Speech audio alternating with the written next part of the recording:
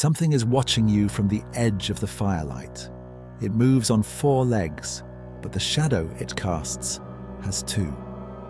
In the vast, silent deserts of the American Southwest, the Navajo people who call themselves the Diné speak of something that most outsiders will never fully understand. They call it the Yee Naaldlooshii, the one who walks on all 4s. In English, we have reduced it to a single word, Skinwalker. But that translation strips away almost everything that makes this creature truly terrifying. This is not a werewolf. This is not a Hollywood monster. This is something far, far worse. What real human fear created this monster? To understand the Skinwalker, you first need to understand the world it comes from.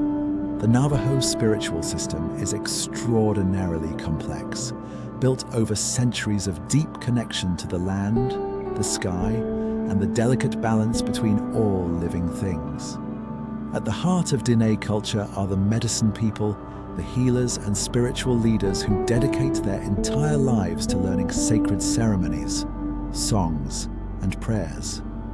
These individuals are trusted with immense knowledge, the kind of knowledge that can heal the sick, protect the community, and restore harmony to the world. But with that knowledge comes a terrifying possibility. What happens when someone who holds that sacred power decides to use it for evil? According to Navajo tradition, a skinwalker is not a random monster that appears from the wilderness. It is a specific kind of person. It is a medicine man or woman who has deliberately chosen to walk the dark path, to corrupt their sacred training for personal gain, for revenge, or for pure malice.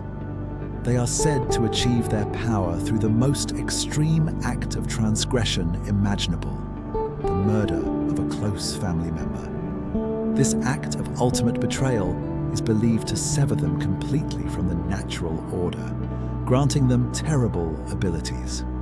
They can reportedly take on the form of any animal, most commonly a coyote, a wolf, an owl, or a crow. They move with unnatural speed. Some accounts describe them running alongside vehicles on empty desert highways at impossible velocities. They can allegedly mimic the voices of loved ones, calling your name from the darkness outside your home. And perhaps, most disturbingly, they are said to be able to curse you simply by locking eyes with you, or by using a piece of your clothing, your hair, or even your footprint against you. But here is the critical distinction that most outsiders completely miss. The skinwalker is not feared because it is a supernatural predator. It is feared because it represents the most devastating form of betrayal possible. This is not a monster from outside the community.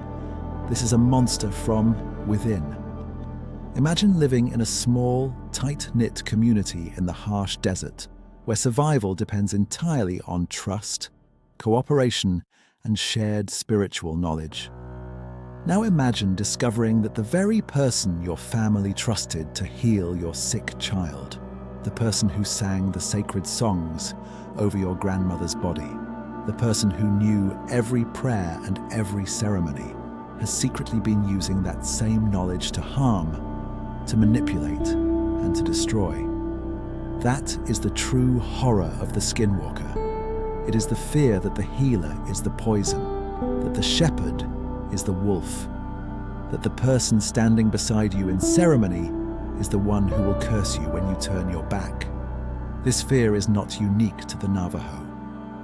Every culture on earth has some version of this terror. The corrupt priest, the doctor who kills, the teacher who abuses, the leader who exploits. The skinwalker is the universal nightmare of institutional betrayal, wrapped in the specific spiritual language of the Diné world. But there is another layer to this story that demands our attention. For decades, the skinwalker has been ripped from its cultural context and turned into entertainment. Television shows, horror movies, internet creepypastas, and a famous ranch in Utah have all exploited the name for profit and thrills, often with zero consultation or respect for the Navajo people. Many Diné elders have spoken publicly about how painful this exploitation is. In Navajo tradition, even speaking about skinwalkers can be considered dangerous and disrespectful. The stories are not campfire entertainment. They are warnings, deeply embedded in a living spiritual framework that governs how the community understands morality, power, and consequence. When outsiders treat these beliefs as horror fiction, they are not just being insensitive. They are repeating a pattern that is centuries old. Colonial powers have always taken indigenous spiritual beliefs and repackaged them as superstition, entertainment, or evidence of savagery. The commercialization of the Skinwalker is, in many ways, its own form of spiritual theft, a modern echo of the same forces that tried to erase Navajo culture entirely. The Skinwalker was never meant to be your monster. It belongs to